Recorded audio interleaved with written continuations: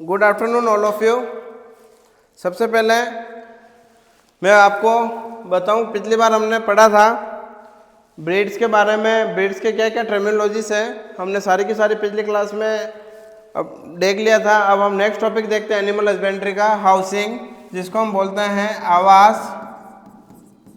जिसको हम बोलते हैं आवास। आवास के अंदर बात करूं, पशुओं को आवास के मैं थोड़ा सा डिटेल्स में बताऊं। पशुओं को हम किस प्रकार से रखते हैं जिससे कि उससे हम अच्छा प्रोडक्शन ले सकते हैं, अच्छे उनकी हेल्थ इश्यू बनी रहे, उनको कोई बीमारियां नहीं हो, उनको कोई हेल्थ इश्यूज नहीं आए। इसी मैनेजमेंट को इसी व्यवस्था को हम आवास बोलते हैं। ऐसे तो कोई बोलेगा कि सर आवास पशुओं को तो हम कहीं पे भी रख सकते हैं, पशुओं को तो हम खुले में भी रख सकते हैं, उसको आवास की रिक्वायरमेंट क्यों है? तो मैं आपको बताऊं, सबसे पहले आप पशुओं को खुला में रखोगे तो एक तो हीट यानी धूप आएगी, सनलाइट आएगी, वर्षा आएगी, सर्दी लगेगी, विंटर्स सर्दी लगेगी। तो आप मुझे बताओ, आप पशुओं को खुला में रखोगे तो आप क्या उस एनिमल से, क्या उस जानवर से आप अच्छी उपज, अच्छा प्रोडक्शन ले सकते हो? अच्छा उससे दूध प्राप्त कर सकते हो, अच्छी खाल प्राप्त कर सकते हो, अच्छा आप उससे स्किन प्राप्त कर सकते हो? नहीं कर सकते, क्योंकि वर्षा में रहेगी। यदि खुले में छोड़ देंगे हम तो बारिश में भीगती रहेंगी तो उसकी चमड़ी खराब होगी, उसके अंदर फंगल इन्फेक्शन हो जाएंगे और उसको चर्म रोग हो जाएगा। धूप में रहेगी तो पशु कमज़ोर हो जाएगा, उसके बाद में वो वीक हो जाएगा, उससे अच्छा प्रोडक्शन नहीं ले सकता। सर्दी में बीमार पड़ जाएगा, बाहर रहेगा। तो अपन गाँव में नहीं देखते हैं, गाय भैंसों को जो गाँव पे रखते हैं वो उनके ऊपर चादर, बोरी या ऊपर टाट यानी तो तापड़ कर देते हैं, जिससे कि उनको सर्दी कम लगे। नीचे थोड़ा खाखला बिछा देते हैं, जिससे कि उनको जब वो ज़मीन पे बैठे तो उनकी जो ज़मीन की जो सर्दी है यानी नीचे से जो ठंडक है वो उनको शरीर को कम लगे। इसी को तो हाउसिंग बोलते हैं। ये सारे के सारे अलग अलग तरीके उसको हाउसिंग बोलते हैं। सबसे पहले मैं बात करूं हाउसिंग के अंदर, हाउसिंग की सबसे मैं पहले बात करूं आवास की, तो सर हम इसमें सबसे पहले बात करते हैं कि सर इसकी जो लेंथ होती है,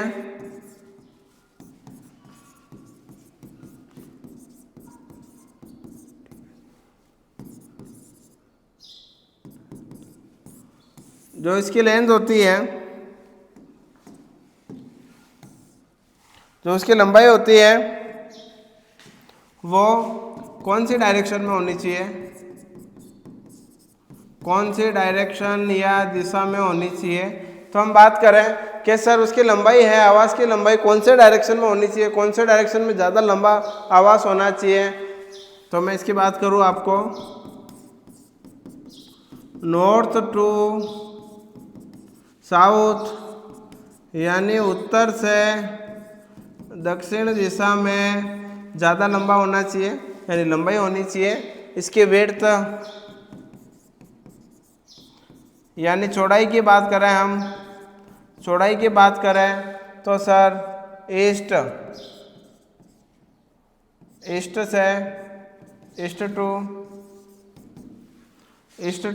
वेस्ट। ईस्ट टू वेस्ट का मतलब हो गया पूरब से पश्चिम की ओर इसकी लंबाई होनी चाहिए। सबसे इम्पोर्टेंट पॉइंट आप ये हाउसिंग की थोड़ी डायरेक्शन आप देख लेना, डायरेक्शन यानी दिशा आप देख लेना। सर लंबाई कौन सी दिशा में ज़्यादा रखते हैं, चौड़ाई कौन सी दिशा में ज़्यादा रखते हैं, सबसे पहला पॉइंट हो गया। नेक्स्ट पॉइंट की मैं बात करूँ तो हाउसिंग कितने प्रकार का होता है? हाउसिंग यानी आवास कितने प्रकार का होता है? तो मैं बात करूं सर, आवास दो प्रकार का होता है, एक तो खुला और एक बंद। खुला और बंद हम बात करें, सबसे पहले हम उसको दो क्लासिफिकेशन में बांट देते हैं। सबसे पहला तो हो गया ओपन उसको हम हिंदी में बोलते हैं खुला, ठीक है। बाद में हो गया क्लोज, उसको हिंदी में बोलते हैं बंद। बंद प्रकार का अपन देखते हैं, इसके अंदर हाउसिंग देखते हैं, आवास देखते हैं। खुले के अंदर क्या होता है मैं आपको बताऊं। खुले के अंदर 2/3 भाग ओपन होता है, 2/3 भाग तो खुला रहेगा, जबकि 1/3 भाग 1/3 1/3 पार्ट इसका क्लोज रहेगा या फिर कवर रहेगा।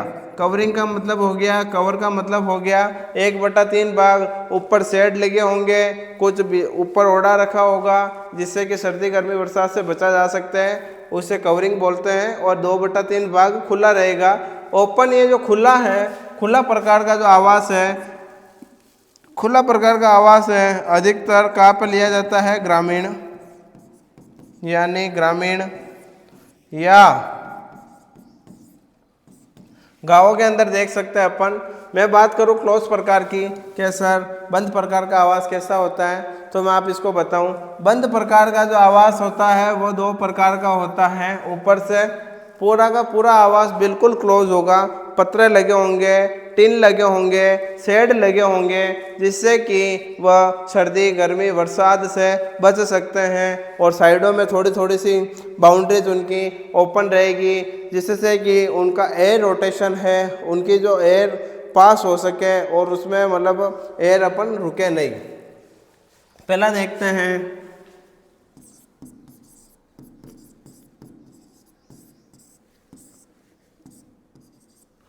एकल विधि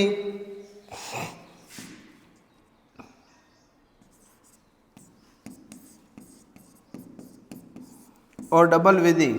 एकल विधि के अंदर देखते हैं, एकल विधि के अंदर हम देखते हैं कि सर इसमें सिर्फ और सिर्फ 8 से 10 एनिमल, 8 से 10 पशुओं को ही रखा जा सकता है।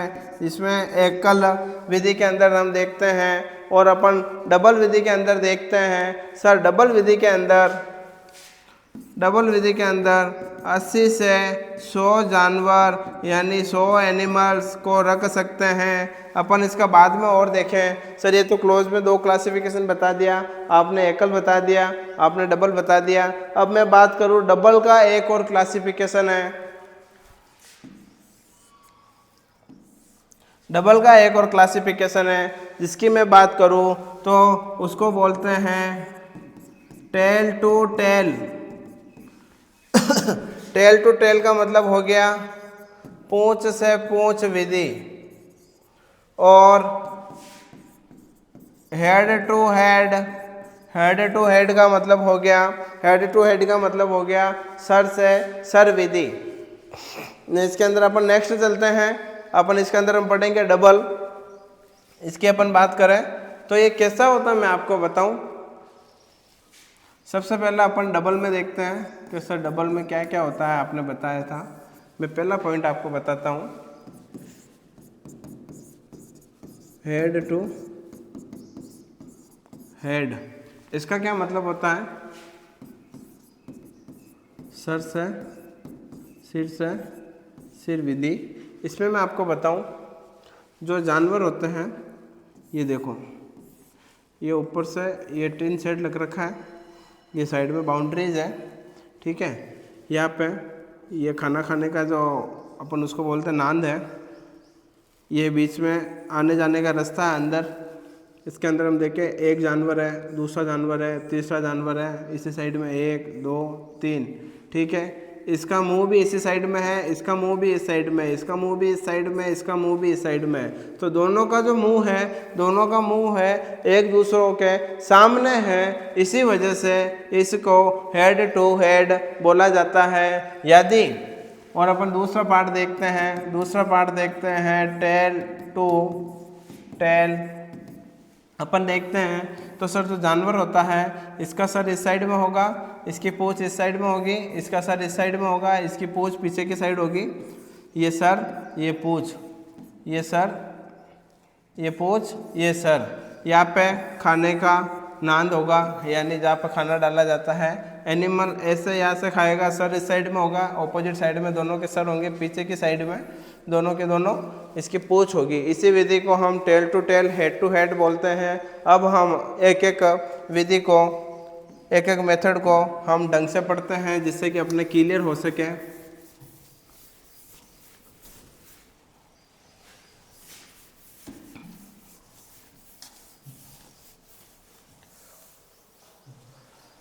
जिससे कि अपने क्लियर हो सके।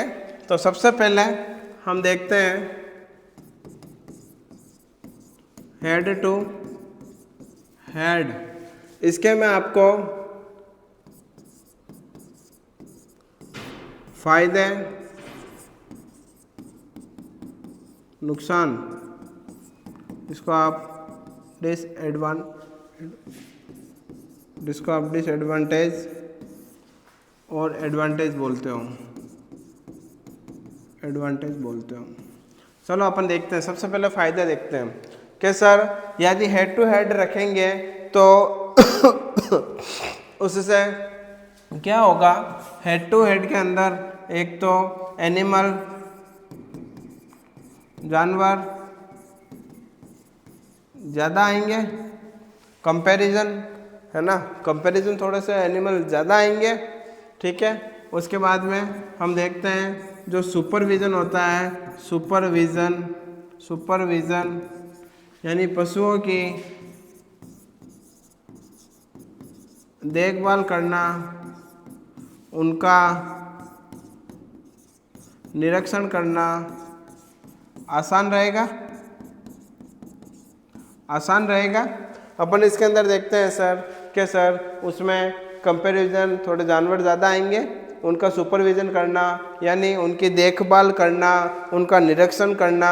अपन एक रो के अंदर चलते हैं, दोनों साइड में यदि अपने एनिमल होंगे तो अपन दोनों साइड में देखकर कम टाइम में अपन उनका निरीक्षण कर सकते हैं, उनकी देखभाल कर सकते हैं, उनका मैनेजमेंट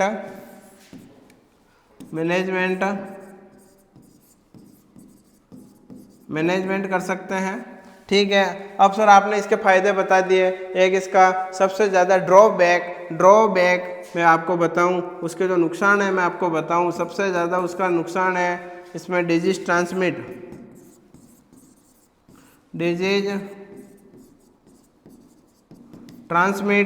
यानी बीमारियों का संचरण बहुत ज़्यादा होता है। क्यों होता है, ये इम्पोर्टेंट पॉइंट है। हेड टू हेड के अंदर सबसे ज़्यादा नुकसान वाली बात या उसका नुकसान क्या होता है इसके अंदर मैं बताऊं। दोनों पशुओं के मुंह यदि आपस में आमने सामने होंगे तो एक पशु को कोई भी वायरस, बैक्टीरियल यदि कोई भी डिजीज होगी, कोई भी बीमारी होगी तो वो पशु सामने वाले पशु को भी ग्रसित कर सकता है, ट्रांसमिट बीमारी कर सकता है, बीमारी को एक स्थान से दूसरे स्थान पर पहुंचा सकता है। क्योंकि जब पशु सांस लेगा तो उसके सांस के अंदर जो बैक्टीरिया है वो डायरेक्ट उनको इन्फेक्ट करेंगे। कंपेरिजन टू टेल मेथड के अंदर, पूंछ से पूंछ विधि के अंदर बीमारियों का फैलने का खतरा सबसे ज़्यादा होता है, तो वह हेड टू हेड मेथड के अंदर होता है। नेक्स्ट हम बात करते हैं टेल टू टेल यानी पूंछ से पूंछ विधि का अपन बात करते हैं।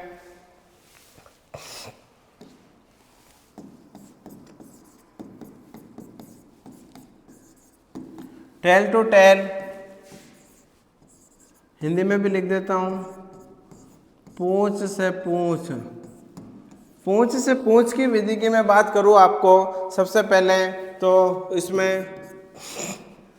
इसके अंदर सबसे पहला फायदा होता है, इसके अंदर बीमारियां कम ट्रांसफर,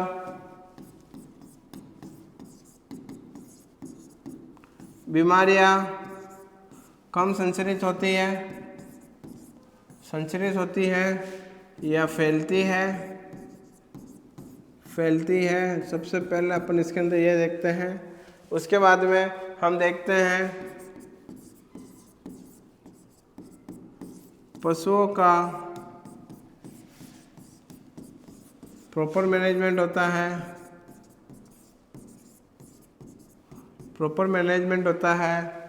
उसके बाद में हम देखें तो पशुओं का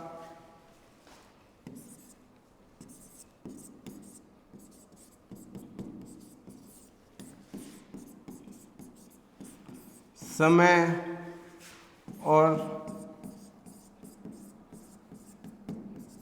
प्रोसेसिंग हम देख सकते हैं। पशुओं के अंदर समय और प्रोसेसिंग हम देख सकते हैं। ये सारे के सारे अपन पॉइंट इसके अंदर देखते हैं, इसकी जो एडवांटेज है।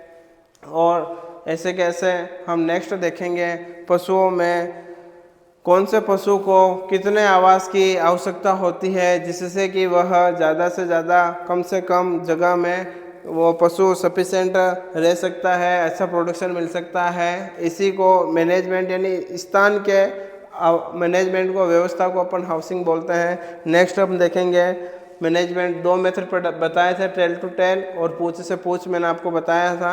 नेक्स्ट हम बात करते हैं कि कौन कौन से जानवरों को कितनी जगह चाहिए होती है, खुला स्थान में कितनी जगह चाहिए होती है, बंद स्थान में कितनी जगह चाहिए होती है, मैं आपको बताऊं। इम्पोर्टेंट पॉइंट है, आप ध्यान रखना। इसके अंदर देखो, कभी भी क्वेश्चन में आप देखो तो सबसे पहले देखना आपको डाटा किसके अंदर पूछ रहा है, वर्ग फीट के अंदर पूछ रहा है या फिर वर्ग मीटर के अंदर पूछ रहा है। वर्ग फीट के अंदर पूछ रहा है या वर्ग मीटर के अंदर पूछ रहा है। तो ये देखो, फीट स्क्वायर के अंदर और मीटर स्क्वायर के अंदर, आप दोनों के दोनों ध्यान रखोगे आपको डाटा किसके अंदर पूछा जा रहा है। नेक्स्ट मैं बात करूँ, सबसे पहले ओपन जो मैंने बताया था खुला होता है, उसमें कोई भी जानवर को कितने स्थान की रिक्वायरमेंट होती है, आवश्यकता होती है, वो अपन इस इंडेक्स से देखेंगे। और बंद क्लोज मेथड में कितने स्थान की आवश्यकता होती है। मैंने आपको बेटर आपके रीडिंग हो सके इसीलिए दोनों डाटा मैं लिख के लेके आया हूँ, इंडेक्स लेके आया हूँ, जिससे कि आपको पता चले कि यदि सर फिट के अंदर पूछे तो हम ये आंसर देंगे और यदि मीटर स्क्वायर के अंदर पूछे तो हम ये आंसर देंगे। सबसे पहले हम बात करते हैं गाय की। गाय की बात करते हैं तो गाय को, नॉर्मल गाय है उसको 80 से 100 वर्ग फीट जगह चाहिए होती है। 80 से 100 वर्ग फीट जगह चाहिए होती है गाय को। और वही अपन जगह देखें तो ये जगह 7.4 से 9.2, 7.4 से 9.2 मीटर स्क्वायर में हो जाती है। अपन को मेनली सबसे ज़्यादा अपन को वर्ग फीट में याद रखना है। यदि क्वेश्चन प्रोग्रामर को यदि वर्ग फीट में नहीं देकर वर्ग मीटर में दे दें तो अपन को वो भी नॉलेज में रखना है।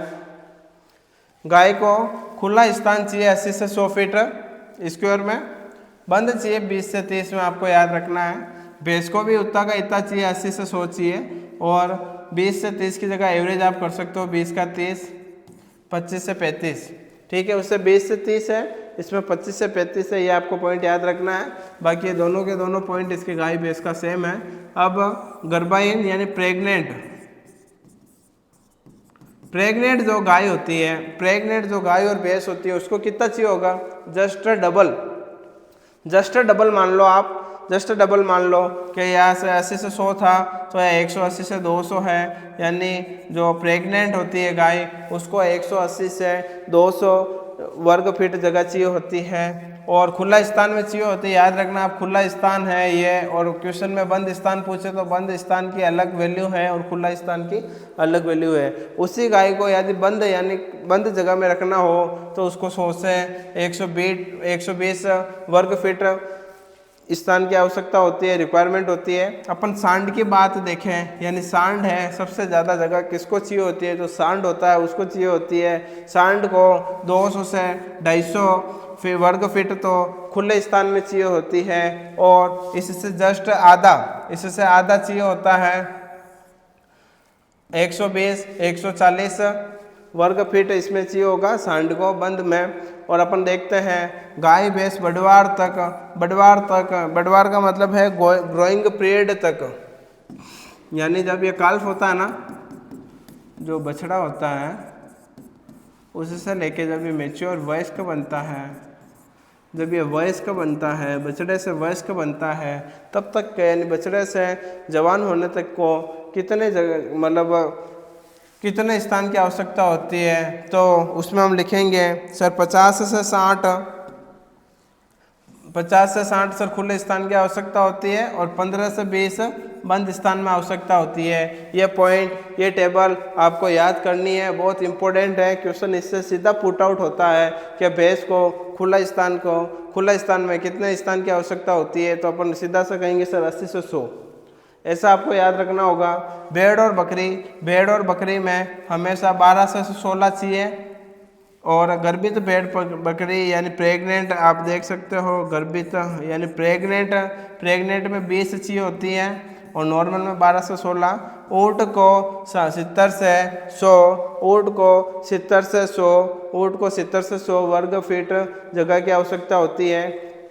एक फॉर्मूला है आपके लिए, यदि आपको वर्ग फीट में याद है कि सर 80 से 100 वर्ग फीट याद है, सर हमने मीटर वाली वैल्यू याद नहीं की है, तो आप मीटर में निकालने के लिए क्या करोगे, जो फीट स्क्वायर वाली जगह थी उसको 10.7 से आप डिवाइड कर दोगे, तो आपकी जो वैल्यू है वो मीटर में आ जाएगी। यदि आपको याद रखने का तरीका बताता हूँ, आप सबसे पहले इनकी सारी की सारी खुला स्थान की वैल्यू आप याद रख लो। बंद और खुला स्थान में वर्ग फीट की आप वैल्यू याद रख लो। आपको यदि क्वेश्चन में ऐसे तो नहीं पूछा जाता, फिर भी यदि क्वेश्चन में आपको पूछ ले मीटर स्क्वायर में, तो आप क्या करोगे, सर जो फीट स्क्वायर था उसको 10.7 से हमने डिवाइड कर दिया, इससे भाजक कर दिया, तो ये मीटर स्क्वायर में हमारी वैल्यू आ गई। इसीलिए मैंने आपको ये फॉर्मूला लिखवाया है कि यदि आपको फीट स्क्वायर में याद हो तो आप मीटर स्क्वायर में इजीली निकाल सकते हैं। ये सारे के सारी टेबल इंपॉर्टेंट है, आपको याद करनी है।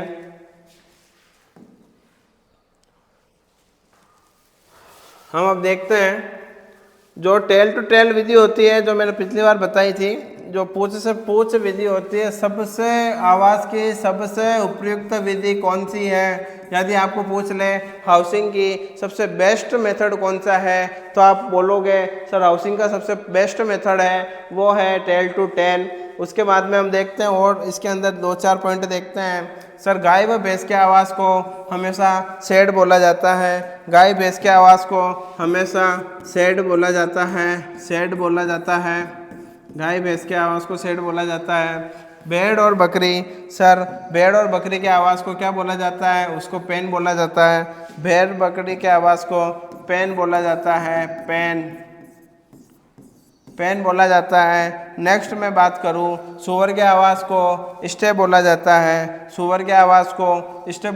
है, तीनों पॉइंट याद है आपको। भेड़ के आवाज़ को पेन बोला जाएगा, गाय और भैंस के आवाज़ को सेड बोला जाएगा, सुअर जहाँ रहता है उसको स्टे बोला जाएगा, और घोड़ा जहाँ रहता है उसको स्टेबल बोला जाएगा। स्टेबल आपको याद होना चाहिए, स्टेबल इंपॉर्टेंट है। और पशुओं को जो चारा खिलाने का स्थान होता है अपन उसको खाड़ी बोलते हैं ना, जो पशुओं का आगे रखी होती है, कोई टप में देता है, कोई पत्थर की बनी हुई, सीमेंट की बनी हुई छोटी सी स्क्वायर शेप में वर्गाकार आकार में एक नाली बनाते हैं, जिसको अपन मेजर या नांद बोलते हैं। इंपॉर्टेंट पॉइंट है, पशुओं को चारा खिलाने का स्थान को क्या बोलते हैं, नांद बोलते हैं। बीमार पशुओं को रखने का स्थान को क्या बोलते हैं, इंपॉर्टेंट पॉइंट है। बीमार पशुओं को रखने को स्थान को क्या बोलते हैं, आइसोलेशन बॉक्स।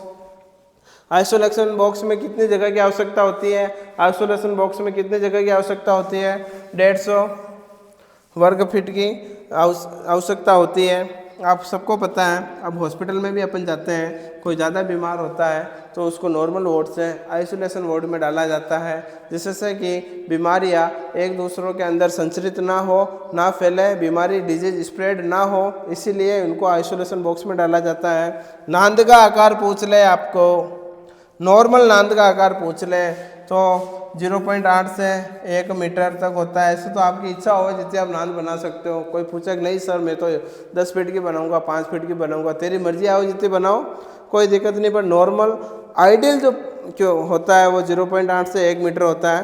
पशुओं में काल्विंग, काल्विंग का मतलब आप समझ रहे होंगे, मैंने पिछली बार बताया था। काल्विंग का मतलब होता है पशुओं को ब्याने की जो क्रिया होती है, जब पशु ब्याता है उस टाइम कितना आकार की आवश्यकता होती है, तो उसमें 100 से 150 वर्ग फीट की आवश्यकता होती है। ये अपना जो हाउसिंग था, एनिमल को किस प्रकार से रखा जाता है, वो टॉपिक पूरा का पूरा कंप्लीट हो गया है। आपको ये 4 पॉइंट याद रखने होंगे। शेड किसे बोलते हैं, पेन किसे बोलते हैं, स्टे किसे बोलते हैं, स्टेबल किसे बोलते हैं, बीमार पशुओं को कौन से बॉक्स में रखा जाता है, इसका स्थान कितना होता है, उसके बाद में काल्विंग बॉक्स का स्थान कितना होता है, और सबसे इम्पोर्टेंट टेबल है, सबसे इम्पोर्टेंट टेबल है ये वाली। आपको एग्ज़ाम में एक क्वेश्चन इसके अंदर से पुट होगा ही होगा। यदि अच्छे क्वेश्चन आते हैं तो ये वैल्यूज़ में से कोई ना कोई आपके क्वेश्चन उठाएंगे। उसके बाद में अपन देखेंगे सबसे उपयुक्त विधि पशुओं के रखने की कौन सी है, तो पूंछ से पूंछ है। ये सारा का सारा आपको याद करना है। इसी के आगे हम अपने लेक्चर को ख़त्म करते हैं। सभी को बहुत बहुत धन्यवाद। Thanks all of you. Next class में अपन मिलते हैं।